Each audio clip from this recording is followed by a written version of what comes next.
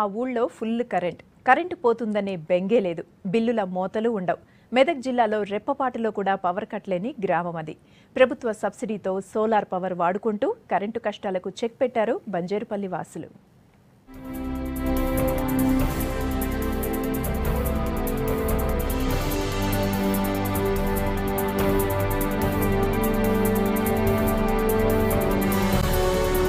Solar పవర్తో గ్రామాల్లో వెలుగులు చిమ్ముతున్నాయి.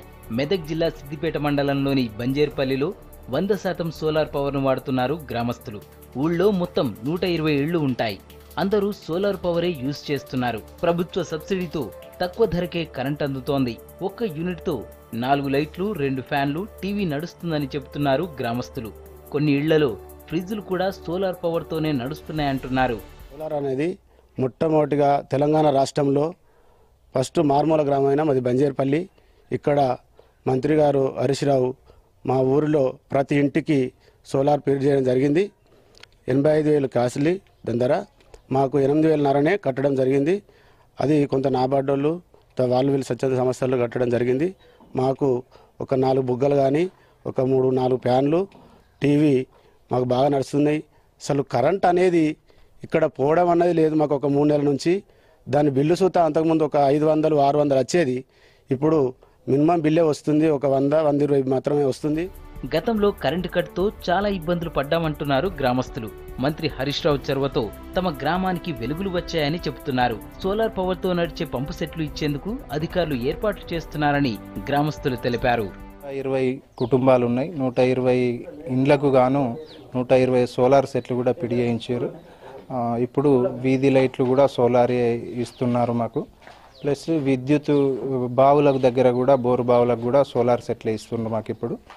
దీన్ని ఇప్పుడు మా ఇండ్లకు పిడి చేసింది మొత్తము 85,000 రూపాయల కాస్ట్ ఒక సెట్టు. దీంట్లో 8,500 మాత్రమే కట్టినాం. దీంట్లో 90% సబ్సిడీతో మాకు సోలార్ పిడి చేయడం జరిగింది.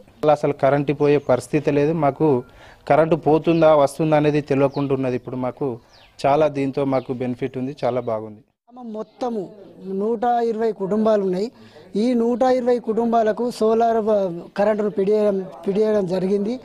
ఈ కరెంటు రాకముందు, సోలార్ విద్యుత్ రాకముందు అయితే అక్కడ బిల్లులు మాత్రం 12 నుంచి 1,500 వరకు బిల్లులు వచ్చేవి.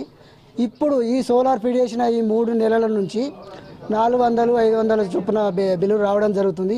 ఇంతకుముందు ఈ సోలార్ లేకముందు పిల్లల చదువులకు కూడా చాలా ఇబ్బందిగా ఉండేది. వ్యాపారస్తులు కూడా సోలార్ పవర్నే వాడుతున్నారు. ఒకప్పుడు 1,000 రూపాయల కరెంటు బిల్లు వస్తే ఇప్పుడు 500కు మించడం లేదంటున్నారు. ప్రభుత్వం 90% సబ్సిడీపై సోలార్ పవర్ను ఇవ్వడం సంతోషంగా ఉందని చెబుతున్నారు గ్రామస్తులు.